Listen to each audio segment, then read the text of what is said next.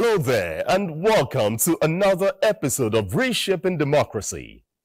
This time, focusing on a crucial conversation around the transformative power of education in Nigeria.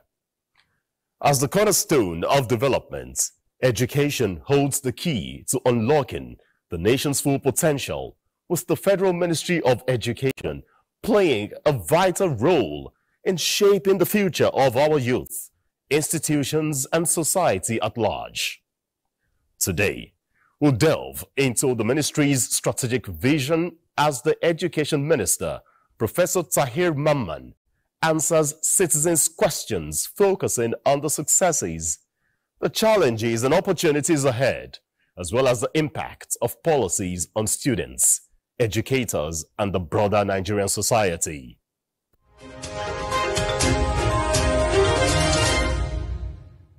My name is Olufemi Adegbeson. I'm the Dean of Faculty of Education, University of Ibadan. Okay, sir. Yeah. You go ahead, sir. The question.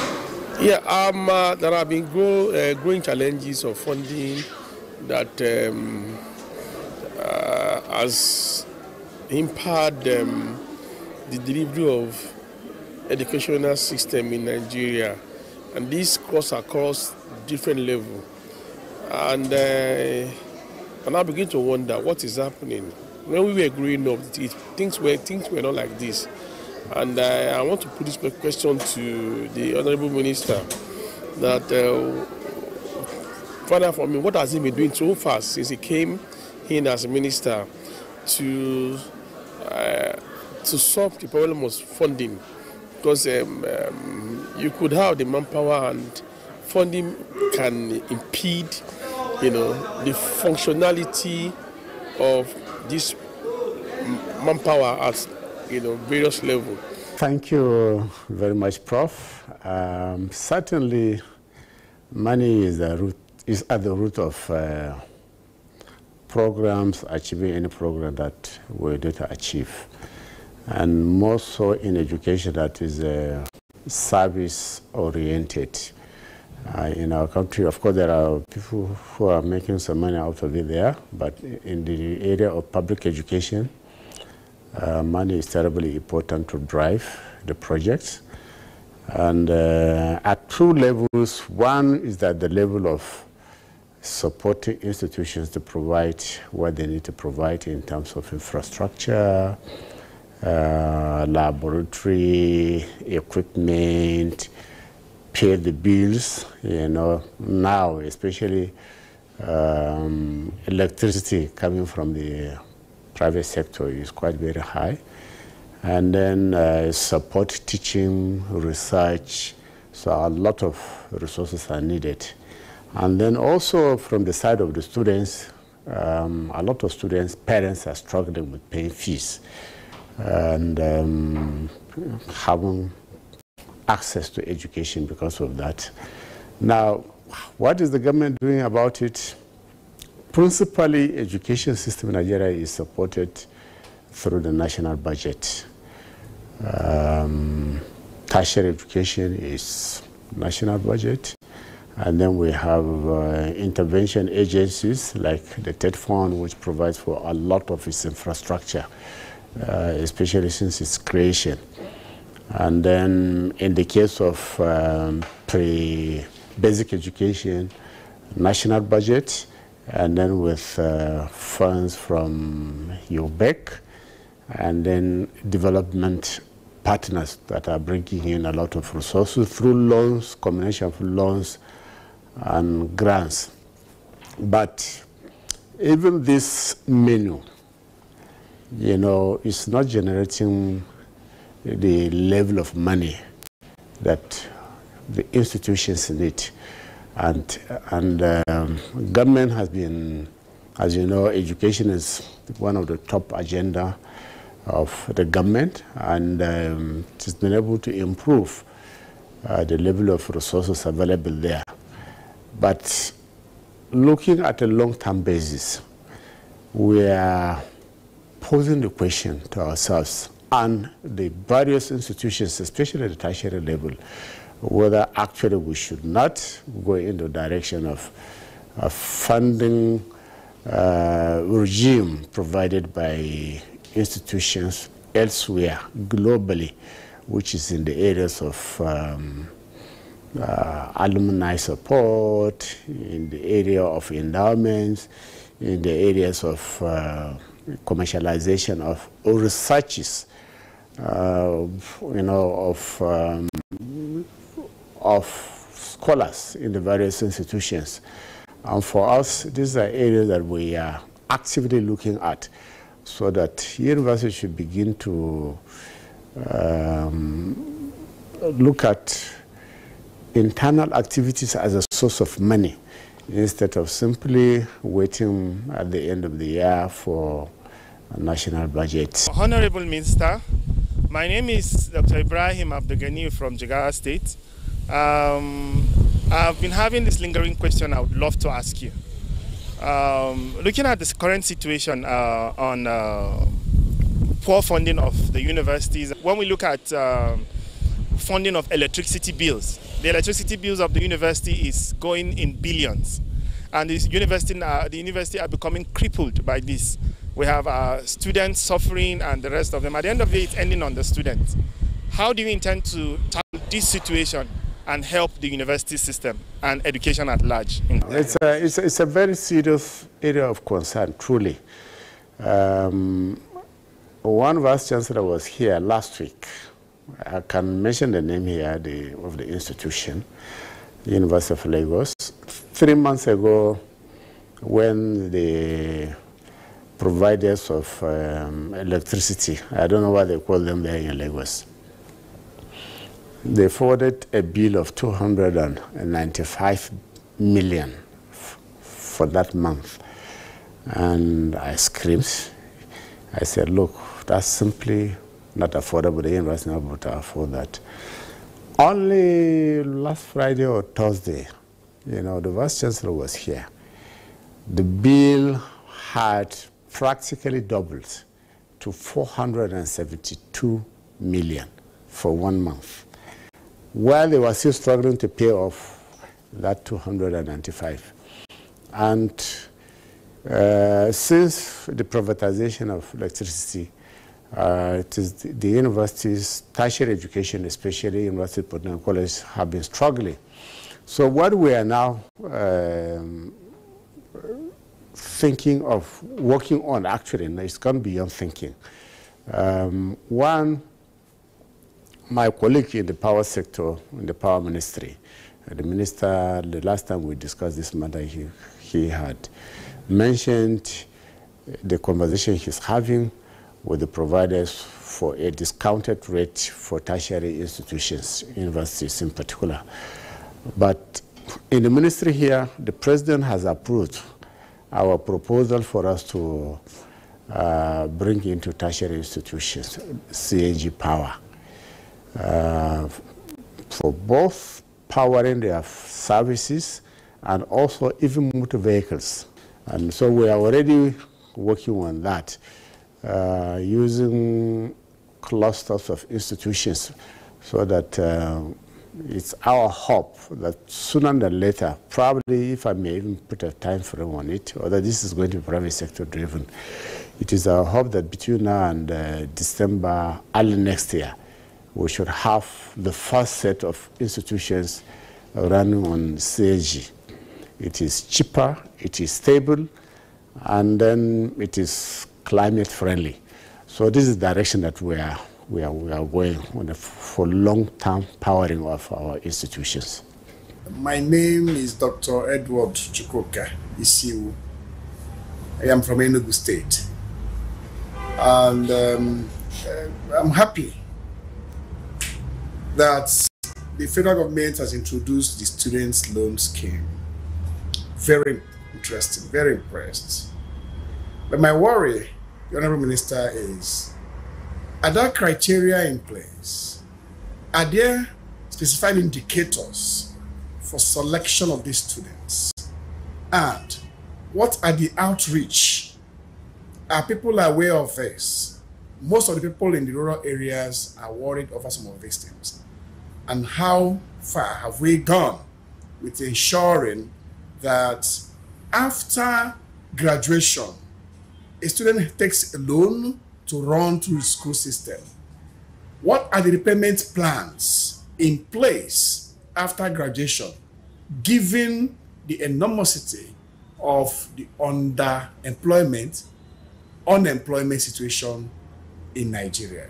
Well, I can understand the concern of if she's a parent or a student. Well, the student loan, as I said earlier on, is meant to facilitate access to education by every Nigerian child. The president has consistently said he does not want poverty to be a barrier to any Nigerian going to school. And so the introduction of the student loan has brought a lot of dynamics to it. And probably I will also mention that the Minister of Education has a lot of scholarships for all programs, but especially half of it is on education. For any student who is doing education, either in the university or college education now, I can tell you for certain that they can be trained. They will be trained free. We have already informed the authorities of the NEL fund that any student who applies for loan, who is doing education program, should be redirected to the website of the ministry to check, because they will have scholarship there. Now, the beauty of NEL fund at the moment, all a student needs to demonstrate is he is a student. He has applied, he's been admitted, and he's a student of the public institutions, universities, polytechnic, college education. There's no quota. So there's no criteria for admission. The only criteria is that he is a registered student in one of the institutions in Nigeria. And at the moment, every person who is eligible is getting the money, and the institutions they are also getting the money. So it's become a major source of income for universities and a major source of support for students. Now, repayment, I think it's a bit too early to worry about repayment, but the agency is already looking at that, because repayment means when you graduate and then you have work and that sort of thing. Honorable Minister of Education, sir, I want to know, how would you prioritize and address the issue of student safety and security in schools, including bullying, violence, and most of all, emergency preparedness? Yes, certainly these are vices and activities that are of huge, major concern to us. One, we want all our children to be in school, whether at the secondary school or tertiary education, free of any harm or threat of it at all. And at the moment, there are a number of measures that we have taken. One is to, at the pre-tertiary education level, secondary schools, safety is a very key issue, because it's a very major deterrent to students going to school. And so we have established the safe schools centers all over the country. And then it has been established in Abuja here, and all security agencies have been sensitized. It is centered in the headquarters of the civil defense here. And then a lot of them have been trained and retrained to ensure that they are ready to address any issues of insecurity that may come up in all our schools. And then all security agencies, from police, soldiers, members of the armed forces, they have been sensitized, and they are now part of that safe school initiative, which has been established already. Now, within schools themselves, we have launched guidelines for safe schools for violence against students in all schools. These guidelines were developed by the Ministry of Education, working with the Ministry of Justice. And then also, we've been able to establish the mobile courts that will try any cases of violence in schools across the country, so that justice is served to anybody who makes the attempt to cause harm to students, especially the female students who are much more vulnerable. My name is Lawrence Njoko, and I am calling from Enugu State. Honorable Minister, I have 2 questions for you, bordering on our educational system. One is about the incessant strikes in our higher institutions. Sir, you have been in the educational system before now, just until your appointment. So it gives you that leverage to have an experience of how to tackle some of the issues we have in that system. So what exactly are you thinking about on how to solve the incessant strike in our higher institutions that have been disrupting the academic calendar? Stability of academic institutions is terribly important. They need to have their calendar fully run, and again, they need stability even to be able to have collaborations with institutions, both locally and especially abroad.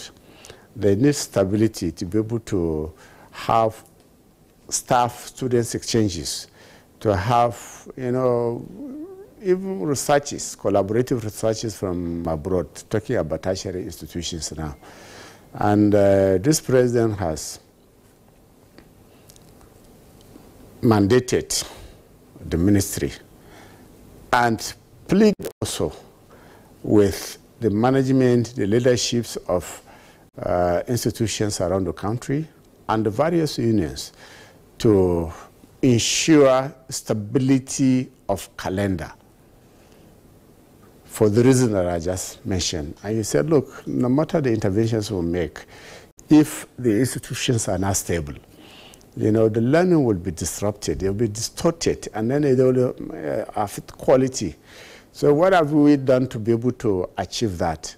What we've been doing for the last 1 year since we came into office is to have is to engage and have constant engagement with our colleagues, with the unions in all the sectors in the tertiary institution to understand what the issues are and then work together. Because when you have a conversation with everybody who is a player there, you understand yourselves, and then you solve the problems together. And the government has gone beyond conversation.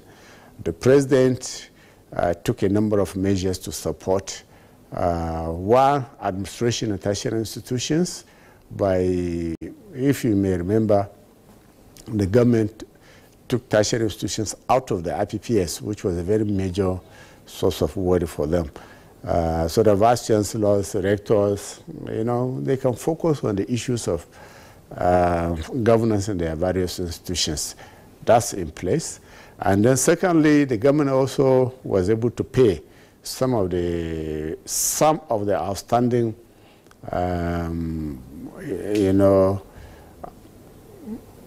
money due to the various unions and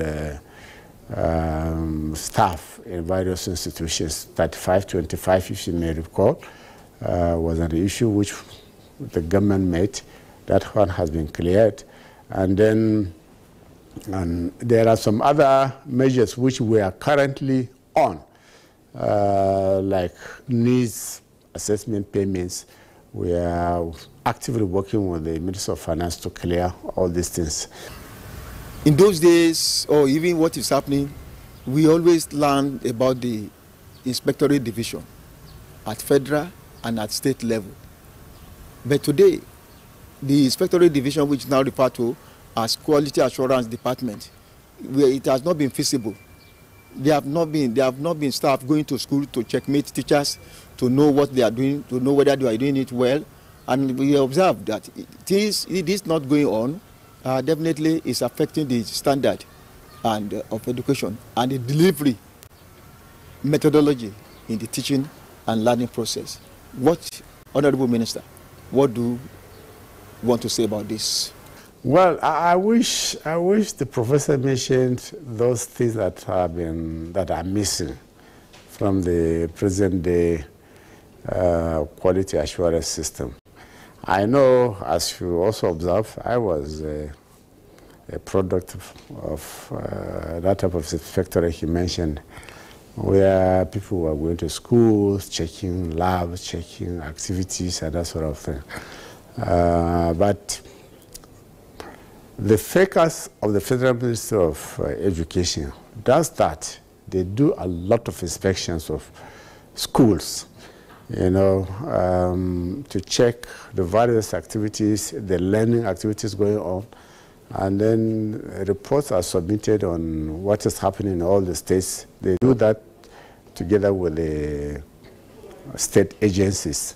And then, of course, policy planners can be guided because they will not be specific, concrete information on their schools, on learning activities going on, and you know, so these are some of the things that we are introducing from September, October, which is going to be very transformative on our system, together with the skills that we are also introducing. Prof is mentioning inspection, but at the time also he mentioned you have schools, you know, be engaged in practical skills which students were learning. Craftsmanship, sewing, you know, carpentry. Now all these skills and trades have expanded. Now we are going to bring it back into the school system into the curriculum.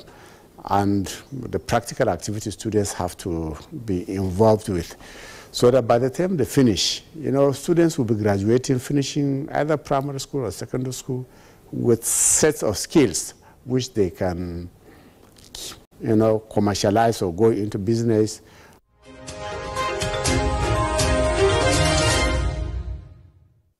Well, the Federal Ministry of Education's unwavering commitment to shaping a brighter future for all is evident, as it has in recent times spearheaded significant reforms, policy innovations, and funding initiatives aimed at revitalizing our universities and education system. From curriculum overhauls to infrastructure upgrades, these efforts are designed to equip Nigerian students with skills, knowledge, and creativity needed to thrive in an increasingly complex world. This is Reshaping Democracy. I'm Ayo DG Makinde. See you same time, same station next week. Bye-bye.